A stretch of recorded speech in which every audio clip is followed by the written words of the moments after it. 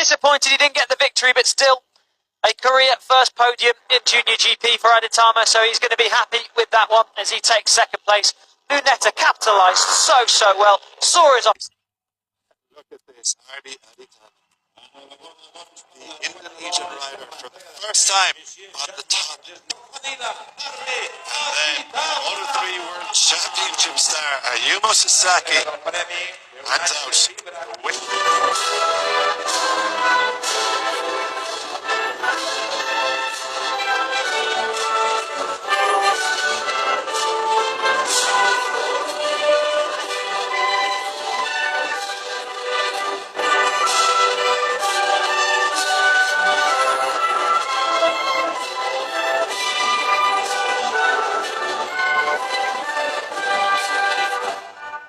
Okay, congratulations, enhorabuena.